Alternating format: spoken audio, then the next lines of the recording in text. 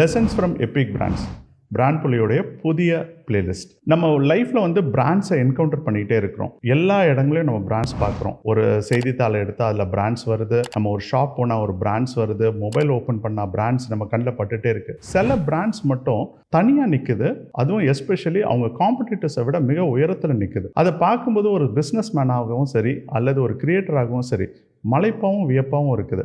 எப்படி இந்த பிராண்ட்ஸ் எல்லாம் இவ்வளோ சக்ஸஸ்ஃபுல்லாக இருக்கிறாங்க, அதுவும் காலங்காலமாக சக்ஸஸ்ஃபுல்லாக இருக்கிறாங்க அப்படின்றத தான் இந்த பர்டிகுலர் பிளேலிஸ்ட்டில் நம்ம டீகோட் பண்ணி பார்க்க போகிறோம்.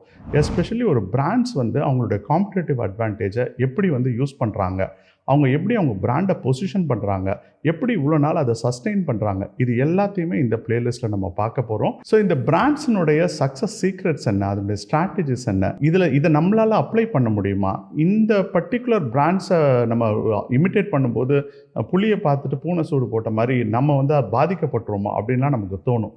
ஒரு பிஸ்னஸ் மேனாக, ஒரு கிரியேட்டராக இந்த பிராண்ட்ஸ் கிட்டேருந்து நம்ம என்ன மாதிரியான பாடங்களை கற்றுக்கலாம், நம்ம அதை எப்படி அடாப்ட் பண்ணலாம் அப்படின்றத தான் நம்ம இந்த பிளேலிஸ்ட்டில் பார்க்க போகிறோம். இந்த பிளேலிஸ்ட் மூலமாக நம்ம நிறைய கற்றுக்க போகிறோம். நம்ம கற்றுக்கிற விஷயங்களை நம்மளுடைய பிஸ்னஸில் டே டு டே லைஃப்பில் அப்ளை பண்ணி அதனுடைய சக்ஸஸையும் நம்ம சுவைக்க போகிறோம்.